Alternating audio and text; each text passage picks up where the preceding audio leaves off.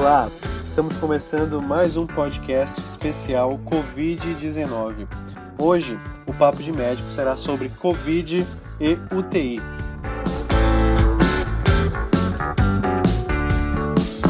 Temos aqui conosco o Vinícius Garcia, nosso convidado especial da noite.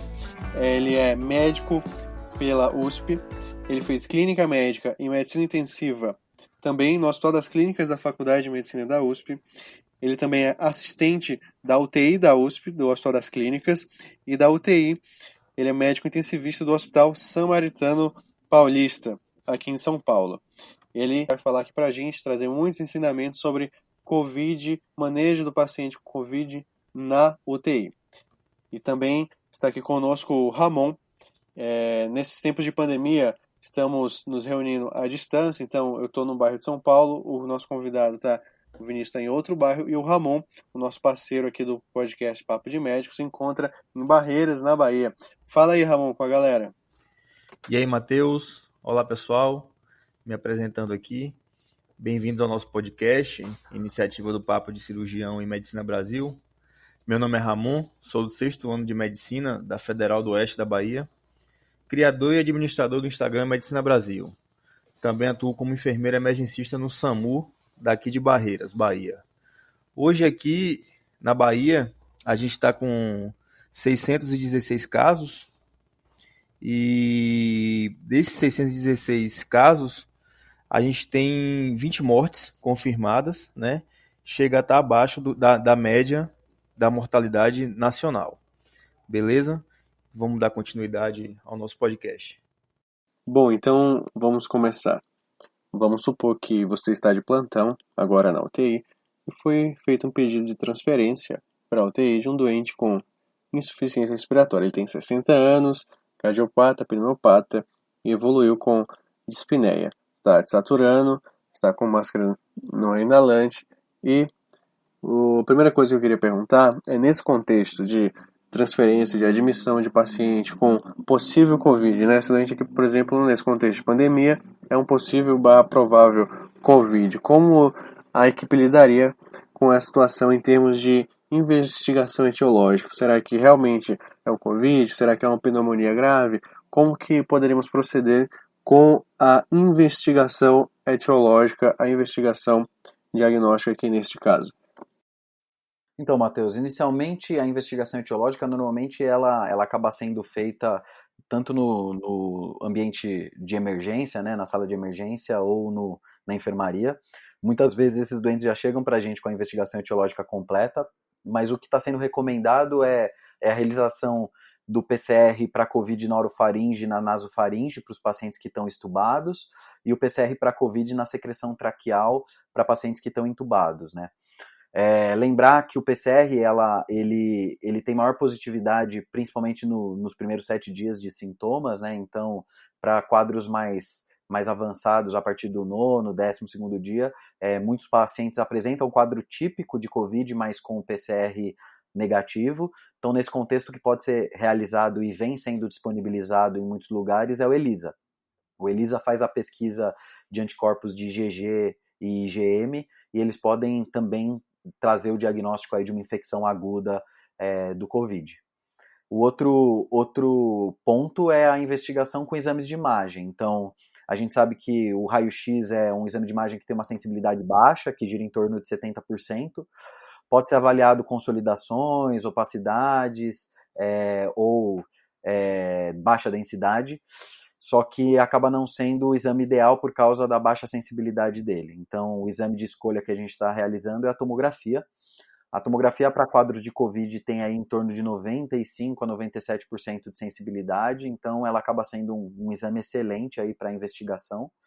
E os achados, normalmente, a maior parte dos pacientes apresentam opacidade em vidro fosco, consolidações, podem ser evidenciados padrões reticulares, linhas subpleurais, pavimentação em mosaico, e até outros achados, como broncogramas aéreos, broncos espessados, linfonodonegalias mediastinais, então uma série de outros achados que podem ajudar aí no diagnóstico. Mas então a gente acaba dividindo a investigação nesses dois pontos, na investigação do vírus propriamente dito e na investigação de imagem. E outro fato que a gente tem que fazer também é descartar diagnósticos diferenciais, né? Então, uma coleta de painel viral para pesquisa de outros vírus respiratórios que podem causar esse quadro agudo, como vírus influenza A e B, parainfluenza, vírus sincicial respiratório.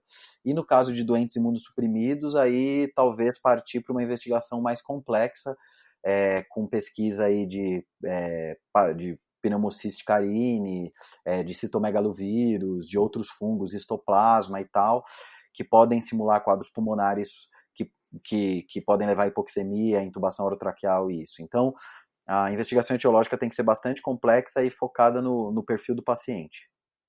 Muito bom, excelente. E em relação àqueles pacientes que acabam fazendo um exame de imagem por outro motivo, está internado, vai no pronto-socorro, por exemplo, com dor abdominal, e nos achados de imagem da transição tóraco-abdominal acaba encontrando opacidades em vidro fosco na base pulmonar, por acaso, né? Como você tem lidado com essas situações? Não, é que lembrar que 80% a 90% dos doentes com Covid-19 vão apresentar sintomas frustros. Então, é muito comum que o paciente até tenha uma alteração tomográfica, mas por causa da reserva fisiológica pulmonar dele, ele acaba não manifestando sintomas pulmonares. E também muito vem sendo discutido a respeito da fisiopatologia da doença, né? Recentemente, uma live, né, do pessoal do MCRIT, que é um blog de emergência e terapia intensiva lá dos Estados Unidos, né, que é o Josh Farkas que fala, ele até descreve um grupo de pacientes que eles chamam de happy hypoxemic, né, que traduzindo literalmente seria hipoxêmicos felizes, que são pacientes que apresentam alterações tomográficas, apresentam até algum grau de dispneia, mas não são pacientes que, na verdade, apresentam alteração tomográfica, apresentam hipoxemia, né, evidenciada tanto pela gasometria como pela saturação periférica, mas que não apresentam uma dispneia exuberante, não apresentam um quadro de mal-estar geral muito importante. Então, a gente ainda está entendendo muito da fisiopatologia da Covid-19, então é uma doença multissistêmica, com uma fisiopatologia muito complexa, né? Tanto relacionada com lesão alveolar direto causada pelo vírus, como causada pela tempestade de citocina, que vem sendo muito discutido, né, até com a tentativa de uso de tocilizumab, que é um inibidor de IL-6 para o tratamento, como por uma coisa que vem sendo evidenciada em autópsias, aí, mas não foi publicada ainda, mas vai ser publicado provavelmente muito em breve, que os pacientes apresentam uma coagulopatia, né, relacionada provavelmente à tempestade de citocina associada à microtrombose da circulação pulmonar. Também vem sendo discutido em quadro de perda do mecanismo de vasoconstrição hipóxica pulmonar, o que pode levar o doente a apresentar uma hipoxemia importante, mesmo sem muita dispneia. Então, o que a gente está vendo é que é muito difícil de entender ainda quem é o doente, é lógico, levando em consideração os fatores de risco e tal, mas a gente ainda não sabe ao certo quais são os fatores que vão fazer o doente com Covid-19 evoluir com um quadro de uma piora grave, com uma necessidade de intubação. O que a gente sabe são os preditores que foram identificados nas grandes cortes publicadas até agora. Então a gente tem as 3 cortes chinesas, a corte americana, a corte que saiu recentemente no JAMA, que é a corte da Lombardia, que identifica fatores de risco que levaram esses pacientes à insuficiência respiratória e necessidade de intubação. Mas uma grande parte de pacientes apresentam alterações pulmonares, hipoxemia e são quase que assintomáticos. Ok, Vinícius, obrigado pela resposta. A gente sabe também que o sintoma que tem chamado mais atenção no COVID é a tosse. A gente tem também febre e dispneia. Porém, já temos relatos de manifestações neurológicas, como a hiposmia, as hematológicas e cardíacas também. Como a gente pode acompanhar todas essas possíveis disfunções orgânicas no doente internado na UTI? A gente em terapia intensiva adora dividir as coisas por sistemas, né? Então, o que a gente está vendo é que esses doentes eles apresentam uma série de disfunções orgânicas, provavelmente tanto relacionadas ao COVID, como em alguns casos mais graves, a gente acredita que pode ser até relacionado ao próprio tratamento que a gente está fazendo em terapia intensiva, né? Então, os pacientes eles apresentam, né, vem sendo discutido muito sobre o efeito neurotrópico do COVID, isso ainda não foi muito bem elucidado, mas é muito comum os pacientes apresentarem esse quadro de anosmia, E uma coisa que a gente está identificando em unidades de terapia intensiva é que os pacientes eles têm um despertar bastante complexo, mesmo depois da melhora dos parâmetros ventilatórios. Então é muito comum esses doentes, na hora que a gente retira a sedação, quando ele já está com a melhora dos parâmetros ventilatórios, até falando pulmonarmente aí com condição de extubação, esses pacientes têm uma piora exuberante do padrão neurológico, com agitação psicomotora muito importante, taquidispneia importante, acabam retrocedendo e piorando a relação PF e a gente já tem que sedar eles novamente. Então, a gente não sabe se existe algum efeito neurológico do vírus em relação a isso. Acredito que isso deve ser elucidado aí nos próximas semanas a meses. Em relação ao sistema respiratório, é a apresentação mais exuberante que a gente está vendo, né? Tem alguns doentes que apresentam um quadro clínico bastante hiperagudo, que já chegam com poucos dias de sintomas, com quadro de dispneia franca, com infiltrado pulmonar difuso, muito hipoxêmicos. Esses pacientes, tanto no pronto-socorro como na sala de emergência, ou na UTI, a gente inicialmente tenta segurar com suporte de oxigênio, com máscara, Venturi ou máscara com bolsa, mas muitas vezes isso não é o suficiente. Então, se a gente estiver em lugares que existem condições de algum grau de isolamento para esses doentes, ou em ambiente fechado, ou com pressão negativa, pode ser tentado a ventilação não invasiva. Muito vem sendo discutido de pronar, né, na verdade, pedir para o doente deitar de bruço para tentar melhorar a relação PF de troca gasosa, mas isso ainda sem nada de resultados publicados, mas é tentativa de segurar ele sem o tubo, até porque a gente sabe a respeito da limitação da quantidade de ventiladores de todos os serviços de todo mundo, né, porque esses doentes, depois de intubados, eles têm uma ventilação que é bastante complexa. Muitos deles, todo mundo inicialmente achou que era um quadro de SARA, né, clássico, com queda de relação PF, infiltrado pulmonar bilateral, ausência de achados de edema agudo de etiologia cardiogênico, mas o que a gente está vendo é que o quadro pulmonar é muito mais complexo do que a gente imagina. Então, esses pacientes eles acabam tendo tanto alguns pacientes com uma complacência muito boa pulmonar, um infiltrado que não parece que tem áreas de consolidação importante, e são pacientes que, apesar disso, apresentam uma hipoxemia bastante importante e um gap de CO2 bastante importante também, que a gente percebe pelo ETCO2 em relação a gaso, e que provavelmente isso vem sendo discutido da relação da questão da microtrombose pulmonar, né, que isso aumentaria muito a fração de espaço morto pulmonar e a gente não conseguiria resolver isso simplesmente com a ventilação mecânica. E tem outros pacientes que esses sim realmente apresentam uma evolução de um ARDS clássico, com perda de complacência, com necessidade de PIPs elevadas para manter uma relação de troca gasosa adequada, mas parece que tem esses dois padrões de pacientes da relação de quadro pulmonar, né? Isso mais dos hiperagudos. Tem também os pacientes que internam com hipoxemia, infiltrado pulmonar, que tem uma evolução mais indolente. Mas esses pacientes com evolução indolente, eles ficam bem durante muito tempo estubados, mas aí em algum momento ali, depois de 5, 7 dias de internação, acabam tendo uma piora, mesmo que essa piora tenha sido lenta, que acaba levando eles a serem intubados. E tem os pacientes que eles mantêm uma hipoxemia basal ao longo de toda a evolução da internação e acabam recebendo alta sem precisar ser intubado, ou às vezes, muitas vezes, sem precisar de outro suporte mecânico, alguma outra coisa. Então, o quadro pulmonar ele é bastante complexo e a gente está vendo que muitos pacientes que apresentam o padrão com boa complacência pulmonar, com hipoxemia importante, eles acabam evoluindo para o outro padrão. Então, eles pioram a complacência ao longo da internação, eles apresentam consolidação no raio-x, e a gente não consegue distinguir ao certo se isso é simplesmente uma evolução da própria doença, se não tem uma infecção bacteriana associada pelos dias de ventilação mecânica. Então, essa é a hora que você tem que partir aí para a investigação. Então, colher uma secreção traqueal para avaliar se tem alguma bactéria, avaliar outros parâmetros, até porque no quadro clínico de evolução da UTI, os parâmetros usuais que a gente utiliza para para diagnóstico de infecção bacteriana, como leucocitose, febre ou piora de parâmetros ventilatórios, são da própria doença do Covid, né? Já é descrito que os pacientes eles mantêm febre importante aí até o 14º dia, eles podem apresentar leucocitose, eles podem apresentar leucocitose com linfopenia pelo próprio quadro e pela tempestade de citocina, então a gente fica aí na tentativa de identificar se não tem uma infecção bacteriana associada, que pode ter levado ele à perda de complacência.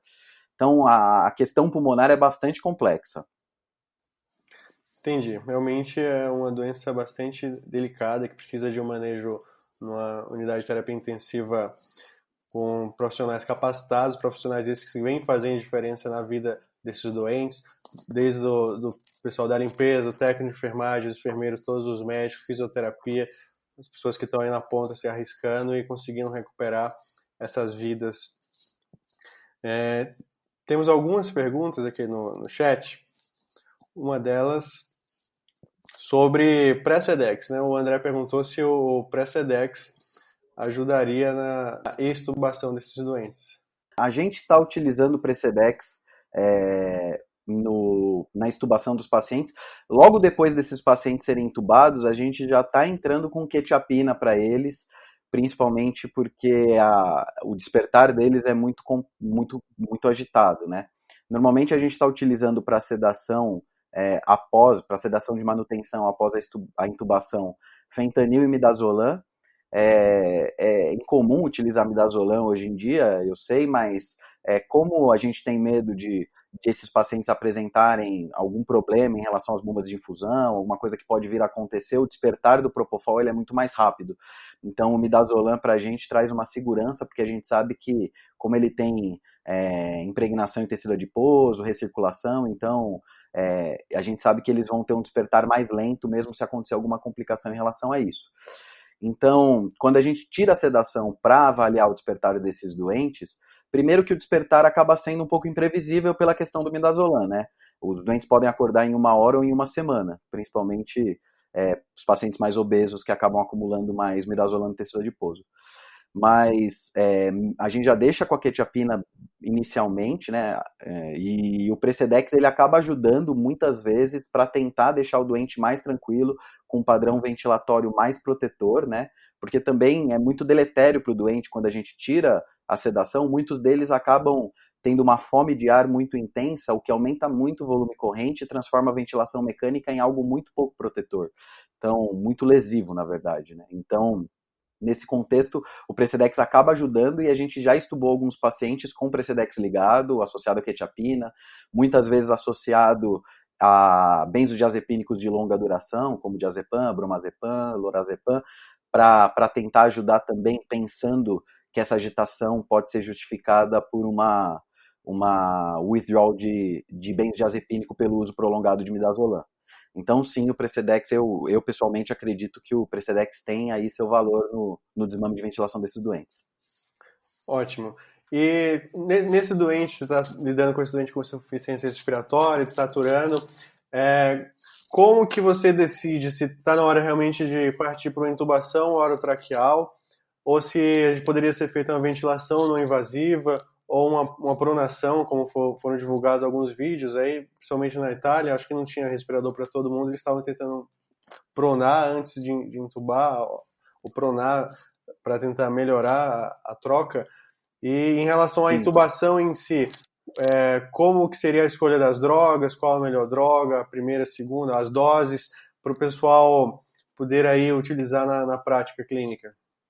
A decisão por intubação desses doentes, eu acho que não pode ser levado só em consideração os critérios básicos que a gente utiliza comumente. Então, frequência respiratória e saturação periférica de oxigênio e relação PF não me parecem isoladamente bons preditores aí da necessidade de intubação orotraqueal. É lógico, eles participam do processo de tomada de decisão, mas eu acho que uma coisa que tem que ser levada em consideração é o padrão respiratório do doente, a sensação subjetiva dele de dispneia, o uso de musculatura acessória, outras coisas a serem avaliadas além da própria frequência respiratória e de saturação. Porque a gente já teve principalmente pacientes mais jovens, com reserva fisiológica melhor, a gente já teve pacientes que ficaram com a gente na UTI 5, 7 dias, numa máscara com suporte de oxigênio aí de 5, 10 litros, mantendo frequência respiratória de 26, 30, e que acabaram não precisando ser entubados. É óbvio, dentro do ambiente completamente controlado de terapia intensiva, com alguém olhando para eles o tempo todo. Então, eu acho que se a gente utilizar os critérios clássicos de intubação para todo mundo, rapidamente a gente vai ficar sem ventilador disponível para utilizar e os pacientes não vão conseguir ser intubados na necessidade. Então, eu acho que o uso de musculatura acessória, frequência respiratória é muito importante, uma hipoxemia com saturação abaixo de 88, a despeito de um suporte de oxigênio adequado, e um paciente que tem sinais francos de insuficiência respiratória, eu acho que aí esse paciente já deve partir para intubação, mas eu acho que se o paciente está piorando lentamente, se ele não está com francos sinais de insuficiência respiratória, deve ser tentado sim, ventilação não invasiva ou catéter nasal de alto fluxo, principalmente em lugares adequados para esse tipo de procedimento, né? Então, eu acho que é bastante complexo realizar isso, principalmente em ambientes de saguão aberto, onde fica todo mundo, os pacientes ficam um do lado do outro, até pela questão da geração de aerossol, que caso você tenha um caso suspeito do lado que não está infectado e aerossolizar muito de um paciente que está do outro lado, isso pode acabar levando uma contaminação cruzada. Mas na UTI, onde a gente, principalmente em UTIs com box individual, eu não vejo problema nenhum de fazer ventilação não invasiva nesses pacientes quando eles não estão em franca insuficiência respiratória. É óbvio, caso o paciente não responda à ventilação não invasiva ou não responda ao catéter nasal de alto fluxo e aí continue evoluindo para uma deterioração clínica, aí sim tem que ser partido para intubação orotraqueal e para ventilação mecânica. No quesito de escolha de medicações para sedação, muitos intensivistas estão defendendo o uso da ketamina como principal hipnótico, porque a ketamina ela tem um efeito simpatomimético, então ela não causa muita instabilidade hemodinâmica, e ao mesmo tempo o paciente não perde o drive respiratório. Uma coisa que a gente está vendo é que esses pacientes desaturam muito rapidamente aí durante a intubação, então o uso de hipnóticos como Propofol, Midazolam, você pode ter uma perda do drive respiratório muito rápida e se o doente não estiver adequadamente bloqueado, talvez você não consiga intubar ele. Então, normalmente a sequência de intubação, a gente está fazendo uma pré-oxigenação com a própria, se o paciente estiver em VNI, você coloca a saturação em 100%, se o paciente estiver em catéter nasal de alto fluxo, você bota a saturação em 100%, ou com o máximo de suporte de oxigênio que você pode dar para esses doentes sem ambusar. Então, fazer uma pré-oxigenação adequada, mas não esperem uma saturação de 100% para intubar esses doentes, porque muitos deles, mesmo com suporte de oxigênio alto, eles acabam não evoluindo para uma saturação de 100%. Aí a gente faz a ketamina de 1 a 2 miligramas por quilo. A ketamina ela é uma excelente medicação por todos esses efeitos aí que eu já discuti. E ela é muito boa porque você consegue manter a pré-oxigenação do doente mesmo até após o efeito de dissociação. Então ele fica calmo, colaborativo e mantendo o drive respiratório. É óbvio, uma parcela pequena dos doentes podem apresentar um quadro de agitação psicomotora com o uso de ketamina, principalmente se você utilizar subdose, então abaixo de 1 miligrama por quilo. Então, eu, pessoalmente, sempre entro com uma ampola de Propofol aspirado do lado, porque caso o paciente apresente uma agitação psicomotora, o Propofol, ele fazendo uma dose pequena, aí, 2, 3 ml, o doente já apresenta algum quadro de acalmar, né? E aí fazer a pré-oxigenação adequada e o bloqueio neuromuscular. Bloqueio neuromuscular normalmente pode ser feito com succinilcolina, usualmente, dose de 1 a 2 miligramas por quilo, mas lembrar das diversas contraindicações da succinilcolina, então disfunção renal aguda, rabdomiólise, se você não souber o valor do potássio, e muitos intensivistas estão utilizando rocurônio. O rocurônio, ele tem um gap um pouco maior de bloqueio neuromuscular, então ele demora um pouco mais para fazer efeito, a dose normalmente é de 0,9 a 1,6 miligramas por quilo, E o bom do rocurônio é que você pode reverter o efeito dele com o Sugamadex. Então, se você tiver alguma dificuldade para fazer a intubação desse paciente, você consegue reverter o bloqueio neuromuscular. Mas o que está sendo recomendado pela maior parte dos hospitais, sociedades, essas coisas, é sempre quem entrar para fazer a intubação orotraqueal ser a pessoa mais experiente, exatamente pelo fato desses doentes saturarem muito rápido. E, além de tudo isso, o uso do videolaringo e de EPI apropriado para tentar minimizar a exposição aí do profissional que está fazendo a intubação e de toda a equipe de enfermagem, fisioterapia, que está participando do procedimento. Beleza, Vinícius. Outra pergunta que surgiu como dúvida é sobre a manutenção da sedação. A gente pode utilizar midazolam ou propofol mesmo? Na manutenção, a gente está acabando optando por manter mesmo o midazolam, pela questão da sedação mais profunda, mais prolongada e tal, mas o propofol também é uma excelente medicação, acho que não tem certo e errado nesse momento. O propofol ele tem um efeito de supressão do drive respiratório mais importante do que o midazolam, então na fase de desmame eu pessoalmente estou preferindo tirar o midazolam e introduzir propofol para tentar deixar esse paciente com o drive inspiratório mais suprimido, porque é muito comum quando você desbloqueia esses pacientes, né, tira o bloqueador neuromuscular que foi introduzido pós a intubação, esses pacientes, mesmo em sedação profunda, em RAS-5, por causa do midazolam, eles manterem um drive respiratório que impede a ventilação protetora. Entendi. E após a intubação, em geral, quais os parâmetros que você orientaria colocar no ventilador em si? Um FiO2 de 100%, mas em relação ao delta, ao driving pressure, poderia elucidar um pouco isso aí para os ouvintes? Só respondendo, antes de responder isso, Matheus, só respondendo umas perguntas que eu vi passando aqui na tela, eu vi algumas pessoas falando a respeito do uso de pré-medicação. Eu, pessoalmente, não estou utilizando pré-medicação com fentanil ou lidocaína para esses pacientes. Eu acho que o efeito simpatolítico das pré-medicações ele é muito bom para evitar pico de hipertensão no pós-intubação, principalmente por causa da manipulação da via aérea, e normalmente eu acabo reservando o uso de pré-medicação para pacientes que eu não posso deixá-los muito hipertensos no pós-intubação, como HSA não trautada, trauma crânioencefálico, AVCH, esses pacientes que não podem fazer pico de pressão. Então, pessoalmente, a maior parte dos intensivistas aí que eu venho tendo contato acabam não fazendo uso de pré-medicação para intubar esses doentes. Só respondendo isso que eu vi o pessoal perguntando aí.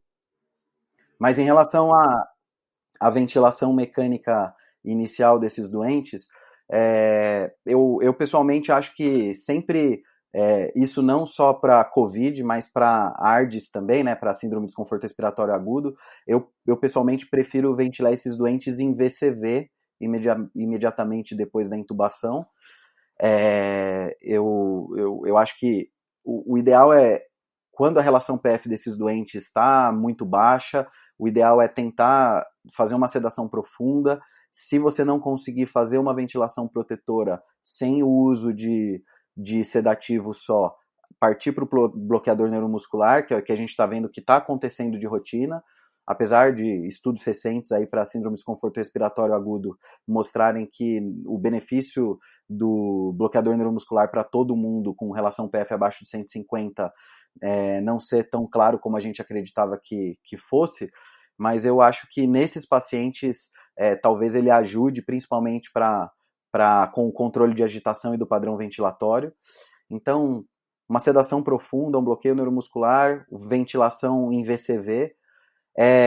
Aí, em ajustes iniciais do ventilador mecânico, eu pessoalmente estou avaliando... Uma pausa.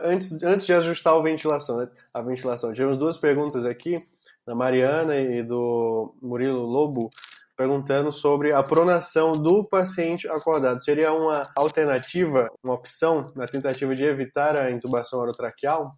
Eu acho que, assim, a pronação com o doente acordado não tem nenhuma evidência publicada até o momento. Então, tudo isso que está sendo realizado é uma extrapolação do conhecimento que a gente tem a respeito da pronação de pacientes com síndrome de desconforto respiratório agudo. Então, eu acho que toda a conduta tem que ser tomada com cuidado quando a gente não tem certeza com evidência forte a respeito disso. Então, Pessoalmente, eu venho fazendo isso nas unidades, mas é óbvio que você tem que avaliar o doente, então você não vai pronar um doente que está em franca insuficiência respiratória, esperando que ele melhore drasticamente. Então, acho que a seleção do paciente tem que ser feita com cuidado. Então, talvez aquele paciente que tem uma hipoxemia importante, a despeito de um suporte de oxigênio alto, mas mantendo um padrão ventilatório ainda que não seja uma indicação clara de intubação. Então, esse paciente, o que a gente está vendo é que a oxigenação melhora bastante quando eles são pronados. O racional fisiopatológico faz todo o sentido, principalmente pela questão de você tirar o peso do mediastino e da caixa torácica das bases pulmonares, que são a região onde tem o maior volume pulmonar. Então, teoricamente, você virando o paciente, você abre, né, a base do pulmão do paciente, o que otimizaria a relação PF, né, otimizaria a troca, e também pelo fato que a gente ainda não sabe direito de qual é a relação da pronação, né, tanto no paciente extubado como do paciente intubado, com a melhora da fração de shunt, que esses pacientes têm aumentada por essa hipótese aí das microtromboses da circulação pulmonar. Então, tudo isso vai ser elucidado aí no futuro, mas o que a gente vê que na prática clínica, para pacientes que não estão em emergência de serem intubados, ela acaba causando realmente uma melhora aí das trocas gasosas. Ótimo. Então, falando agora do ajuste do ventilador, como que você começou a introduzir, eu te interrompi, mas voltando para o ponto do ventilador, como que uma opção, quais as opções de ajuste aí do ventilador pós-intubação? Então, eu acho que antes do ajuste propriamente dito do ventilador, você tem que entender qual que é a fisiologia do seu doente à beira-leito, né? Então, entender que tipo de doença que ele tem. Então, acho muito importante o cálculo de complacência pulmonar imediatamente após a intubação, principalmente porque o seu doente já vai estar bloqueado, né? Porque você vai fazer uma sequência de intubação com bloqueador neuromuscular. Eu, pessoalmente, eu divido, e os colegas também, a gente está começando a entender que existem esses dois padrões de pacientes, né? Os pacientes hipoxêmicos com complacência boa, que provavelmente tem uma fração de shunt aumentada, e os pacientes hipoxêmicos com complacência ruim, que esses sim tem muita consolidação na tomografia, e além da fração de shunt aumentada, da fração de espaço morto aumentada, eles têm uma fração de shunt aumentada pelas consolidações. Então, o paciente com complacência normal, a tendência é manter uma PIP um pouco mais baixa e uma ventilação protetora. Então, uma PIP aí girando em torno de 8 a 10, com um volume corrente de 6 ml por quilo, mas se for necessário, talvez aumentar para 8 ml por quilo em casos de hipercapnia refratária, e uma frequência expiratória de preferência menor do que 25, mas o que a gente está vendo na prática é que a gente não está conseguindo manter isso para todos os pacientes, por causa de, muitos deles acabam mantendo aí um PCO2 um pouco mais elevado, e acho que FiO2 para manter uma saturação aí em torno de 90, 92 no mínimo. Então, mas é óbvio, não precisa saturar 98%. Então, o que a gente está percebendo é que, por causa dessas questões de fisiologia pulmonar, do aumento da fração de shunt, do aumento da fração de espaço morto, esses pacientes eles não respondem tanto a variações abruptas de FiO2. Então, eu já vi pacientes que saturavam 88% com FiO2 de 50% e saturavam 92% com FiO2 de 100%. Então, a FiO2 exclusivamente não está sendo um excelente parâmetro para ditar a gravidade da doença. Então, acho que nos pacientes com complacência boa, pode ser tomada aí uma conduta com uma PIP um pouco mais baixa, com volume corrente protetor. Com os pacientes que têm uma complacência baixa pior, que são uma complacência pulmonar pior, que são pacientes que se comportam mais como uma ARDS clássica, esse sim, eu acho que tem que ser feita uma ventilação ultraprotetora aí com volumes correntes de 4 a 6 ml por quilo. Esses pacientes eles tendem a responder um pouco melhor à PIP, então o uso de PIP table acaba sendo bem indicado, mas é óbvio levando em considerações as características individuais da doença que estão se mostrando aí em relação a não responder tanto a variações de FiO2, então acho que o manejo tem que ser feito aí tanto por uma equipe multidisciplinar de intensivistas, de plantonistas, médicos, outros de outras especialidades que não têm uma formação exclusiva de terapia intensiva, e principalmente pela equipe de fisioterapia, que vem ajudando a gente de forma extraordinária aí nessa crise, com a regulação de ventiladores, com o desmame de ventilação, então, com todo esse cuidado aí em relação a essa ventilação desses pacientes, que é bastante difícil. Ótimo. Em relação a outras medidas para a SARA, como o ECMO e o óxido nítrico, você tem utilizado aí nos serviços que você trabalha? Eu acho que quando a gente fala de medidas de síndrome de desconforto respiratório agudo e Covid-19, né, inicialmente a gente sempre tem que pensar em ventilação protetora, então sempre ventilar o seu paciente da forma mais protetora possível, porque a terapia que você está oferecendo para ele, que é o suporte, na verdade, né, porque o ventilador mecânico não trata ninguém, ele não é nada mais do que um suporte para o próprio paciente melhorar, a sua terapia não pode ser lesiva. Então, a ventilação protetora tem que ser o foco nesses doentes. É óbvio que, caso esses pacientes não respondam e mantenham uma saturação baixa, a despeito da ventilação protetora, de uma PIP adequada e de uma FiO2 elevada, a primeira terapia que a gente está adotando para os dois grupos de pacientes é a prona. Então, a prona é um procedimento que tem suas dificuldades técnicas, porque demanda equipe especializada, a equipe de enfermagem, de fisioterapia, a equipe médica precisa ser treinada, porque é um procedimento de risco, então podem acontecer perdas de dispositivos, podem acontecer uma extubação acidental, o que pode colocar o paciente francamente em risco. Então, é uma terapia difícil de ser realizada, né, principalmente em centros que não têm o treinamento para isso, mas é a primeira terapia de resgate que a gente está utilizando. Quando o paciente não responde a despeito da posição prona, aí a gente começa a entrar numa área da medicina onde a gente tem pouquíssima evidência e vira totalmente opinião de especialista. Então, o uso de corticoides, eu pessoalmente acho que tem que ser bastante criterioso nesses pacientes, principalmente porque a gente não sabe o efeito do corticoide numa piora da questão de replicação viral, de infecção, de tudo isso. Então, a despeito do racional fisiológico do uso de corticoide para tentar interromper o processo inflamatório de tempestade de citocina, a gente já se viu que isso, em outras doenças com tempestade de citocina, como a sepse, não mudou mortalidade aí de uma forma muito exuberante, né? Então, o uso de corticoides em sepse hoje em dia ficou restrito para o desmame de droga vasoativa. Então, acho que tem que ser feito com bastante critério e as próximas evidências aí vão ajudar a gente. O uso de óxido nítrico ligado no sistema de ventilação mecânica é uma prática que a gente tem visto que melhora bastante a oxigenação desses doentes.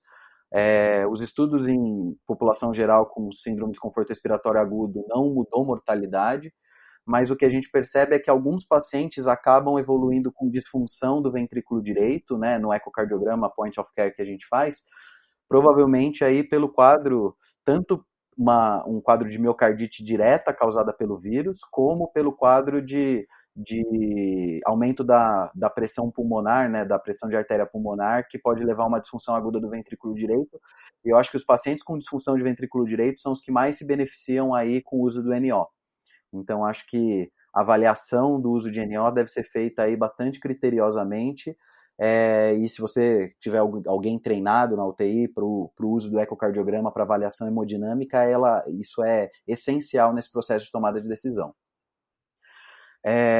Algo que vem sendo levantado também são modos ventilatórios não convencionais. Então, o APRV, que é um modo ventilatório onde são mantidos 2 níveis de pressão, onde existe um tempo inspiratório, onde o paciente fica pressurizado por mais tempo, e um tempo expiratório, que é o release, que eles chamam, né, que é para você esvaziar esse pulmão, e o paciente pode respirar livremente, tanto durante a fase de pressurização, né, como durante a fase de liberação da pressão.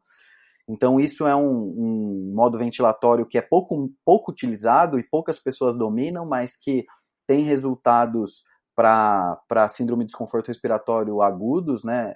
Síndrome do desconforto respiratório agudo tem resultados bons, tem um estudo chinês de 2017, se eu não me engano, que na verdade os resultados são bons demais para ser verdade até, mas é um modo que vem sendo utilizado aí, e a gente utilizou e alguns pacientes responderam bastante, né?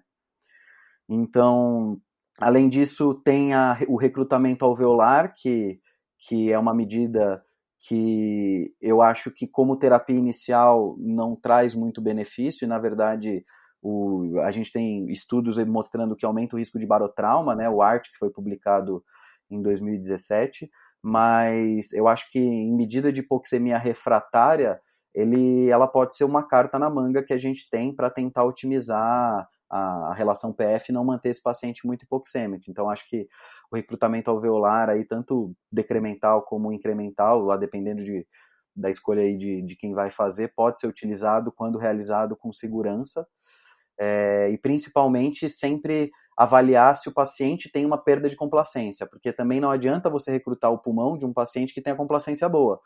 Então, acho que o subgrupo de pacientes que se beneficia do recrutamento alveolar é um subgrupo que já tem consolidação, que pode ter, ou talvez até uma infecção pulmonar associada a isso. Acho que, como outras medidas de resgate, também a ECMO, ela acaba sendo uma medida que vem sendo bastante discutida no mundo afora. A ELSO, que é a Sociedade de ECMO, publicou um informativo a respeito do uso de ECMO em COVID. Isso já vem sendo bastante utilizado, então foi bastante utilizado na China, na Europa. Agora, atualmente, tem 40 pacientes em ECMO no Pitié-Salpêtrière, que é um hospital que fica na França. Outros, aqui no Brasil, já tiveram pacientes que foram canulados em ECMO veno-venosa, veno-arterial eu não tenho esse conhecimento, mas é uma medida que depende de equipe treinada, tanto de equipe de intensivistas treinados, equipe de auxílio em relação à canulação, então de cirurgia vascular, cirurgia cardiovascular, ou uma equipe de terapia intensiva muito bem treinada com isso, porque é um procedimento de risco, e uma equipe multidisciplinar da UTI também muito treinada. Então não é um procedimento a ser realizado em qualquer lugar. Então depende de muito recurso humano e financeiro. Então eu acho que num contexto de pandemia ela tem que ser levada em consideração, é óbvio, mas para casos muito selecionados. O que a ELSO defende é os critérios clássicos para tomada de decisão. Então, além dos critérios clínicos individuais do paciente, é óbvio, né? Então, levar em consideração se esse paciente vai ter uma probabilidade de um desfecho bom, que a gente utiliza o RESP score. Hipoxemia com relação PF menor do que 80 durante 6 horas ou relação PF menor do que 60 durante 3 horas. Então, esses são os critérios aí que a gente acaba utilizando para corroborar que esse paciente pode ser candidato a ECMO. Muito bem. E de nada adianta saber manejar os pacientes de acordo com todas as recomendações internacionais e acabar adoecendo, na verdade. Então, aqui a gente vai falar um pouco do papel do EPI também, né? Os profissionais de saúde precisam se proteger porque eles também adoecem bastante. A gente vê altas taxas aí na população doente de profissionais de saúde. Então, não só os médicos que vão ali entubar, mas enfermeiros, fisioterapeutas, técnicos de enfermagem, todos os profissionais, como esses profissionais, nós devemos nos proteger do COVID, né, no manejo dos pacientes infectados. Eu acho que o uso do EPI está sendo essencial para a gente poder cuidar adequadamente desses doentes, né? Eu acho que, na verdade, nós médicos, a gente até fica relativamente... Nós somos os menos expostos a isso. A despeito do procedimento de intubação, a gente acaba entrando 1, 2, 3 vezes no leito do doente por período, né? Enquanto, muitas vezes, a equipe de fisioterapia e a equipe de enfermagem acaba entrando muito mais vezes. Então, o EPI está sendo importante para toda a equipe. E acho que o que a gente está utilizando nos 2 hospitais que eu trabalho são as recomendações aí internacionais. Então, os 2 lugares que eu trabalho, as UTIs elas viraram coortes de COVID. Então, todos os pacientes dentro da unidade de terapia intensiva são COVIDs. Então, a despeito das 2 UTIs serem quartos isolados, inclusive alguns com pressão negativa, o que a gente faz é manter o uso de N95 o tempo todo, então assim que a gente entra na UTI, a gente fica com a N95 e a touca. É óbvio, a lavagem de mãos é a coisa mais importante, então eu acho que eu tô ficando até psicopata de lavar as mãos, porque eu devo lavar em um plantão a mão 200 vezes, então para tudo eu tô lavando a mão agora, então acho que isso é o mais importante de todo mundo ficar ciente, que a lavagem de mãos é o mais importante e não ficar encostando a mão no rosto. E para entrar no leito, o procedimento que a gente está adotando é o uso do avental, não necessariamente impermeável, a gente está reservando o avental impermeável para procedimentos que são muito geradores de aerosol, como intubação, colocação de ventilação não invasiva, aspiração se o sistema não estiver fechado, troca de tubo, essas coisas. Então, um avental, né, luva e o face shield, que pode ser utilizado aí, lógico, o óculos, o face shield, para você não precisar colocar uma luva de procedimento em cima uma máscara, na verdade, luva não, desculpa, uma máscara de procedimento em cima da máscara N95, então se você colocar o face shield, teoricamente você consegue se proteger de gotículas. Então é a paramentação que está sendo recomendada, e para intubação, realmente, procedimentos mais aerosolizadores, aí a luva cirúrgica, principalmente porque ela veda melhor, né, o punho, e o uso do avental impermeável, que traz uma proteção maior, o face shield também, óculos, máscara, N95, então touca, e aparentemente está dando certo. Então eu já estou aí há 4 semanas atendendo Covid, me mantenho assintomático, então o que a gente está vendo é que o uso do EPI funciona, mas com uma correta paramentação e uma correta desparamentação. Então, a atenção à desparamentação eu acho que é o mais importante, por isso que a gente, nos 2 hospitais que eu trabalho, treinamos todas as equipes, equipe de enfermagem, equipe de fisioterapia, equipe médica, por uma correta paramentação e uma correta desparamentação para que não aconteça contaminação aí ao longo do cuidado. Perfeito, Vinícius. Estamos chegando aqui nos momentos finais, minutos finais da live. Então, para fechar com a última pergunta, né, sobre o uso da hidroxicloroquina e antivirais, como está sendo no dia a dia. A gente sabe que ainda não existe uma indicação formal, né, por parte, pelo menos, da Sociedade Brasileira de Infectologia, mas a gente vê que na prática tem sido utilizado, né? Tiveram alguns médicos famosos aí internados que acabaram dando essas opções terapêuticas. Não foram casos graves, realmente, mas a gente vê algum uso. Como está sendo na prática o uso dessas medicações? O uso da cloroquina e da hidroxicloroquina é uma coisa que vem sendo bastante discutida, né? Vários estudos estão sendo feitos aí simultaneamente a respeito disso. Eu acho que deve ser levado sempre em consideração para a tomada de decisão a respeito de qualquer terapia que pode causar algum grau de malefício nesses doentes, a evidência científica disponível até o momento. O que a gente tem de evidência disponível atualmente para cloroquina e para hidroxicloroquina são estudos, a maior parte deles observacionais, pequenos, com desfechos não duros, né? Então não focado em mortalidade, coisas efetivamente desfechos duros que a gente chama, então clearance viral, negativação de PCR, essas coisas, e com um número pequeno de pacientes e a maior parte deles unicêntrico.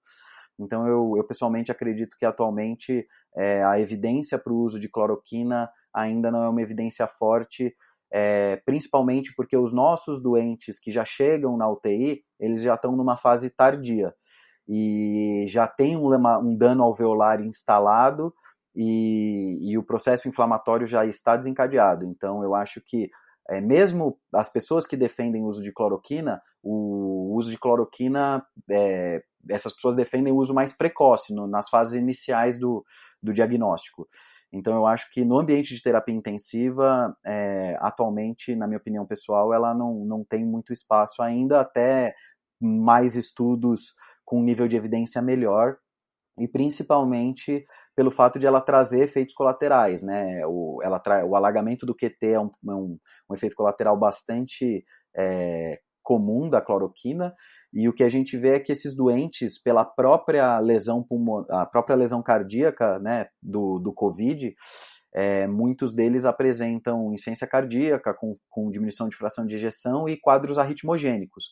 Então Eu acho que até a gente ter uma evidência onde o benefício é claro e o perfil de segurança do uso é bom, então eu acho que, pessoalmente, eu ainda não estou utilizando na minha prática clínica. Beleza, Vinícius? Infelizmente a gente está chegando no final. Eu agradeço aos ouvintes que estão ouvindo a gente de qualquer lugar do Brasil aí pelos nossos dispositivos, e também agradeço principalmente a você por ter topado essa conversa e a todos que assistiram pela live do Papo de Cirurgião e do Medicina Brasil. Eu queria saber de você se você gostaria de deixar uma mensagem final para a galera. Eu acho que muito ainda está sendo aprendido diariamente com os pacientes com Covid-19 em todos os ambientes, não só no ambiente de terapia intensiva. Então, acho que muito do que a gente está discutindo agora vai sendo modificado aí nos próximos dias, as semanas ou meses. Então, acho que o mais importante agora é a gente manter uma sobriedade, algum grau de ceticismo a respeito do que vem surgindo por aí, porque muito vem sendo falado, né? Tem mais de 20 terapias sendo testadas até o momento, então eu acho que como qualquer doença, a gente precisa ter uma avaliação bastante criteriosa de toda a conduta que a gente vai tomar para nossos pacientes e que essa conduta não seja deletéria de nenhuma forma. Então, acho que uma avaliação bastante criteriosa aí do que fazer com os doentes e de como você vai proceder com o cuidado deve ser feito à luz da evidência atual que a gente tem. E é óbvio, conforme novos artigos vão sendo publicados, a gente vai poder aí implementar nosso arsenal terapêutico aí, modificar nossas práticas clínicas para poder oferecer o melhor cuidado para esses doentes sempre. Perfeito. Muito obrigado. Obrigado a todos que participaram. Obrigado especial ao Vinícius, que disponibilizou aqui seu tempo. Desejo a todos uma ótima noite, um bom final de semana. Acompanhe a gente aí nas redes e até a próxima. Muito obrigado, Vinícius. Um abraço, boa noite. Obrigado. Tchau, tchau. Boa noite.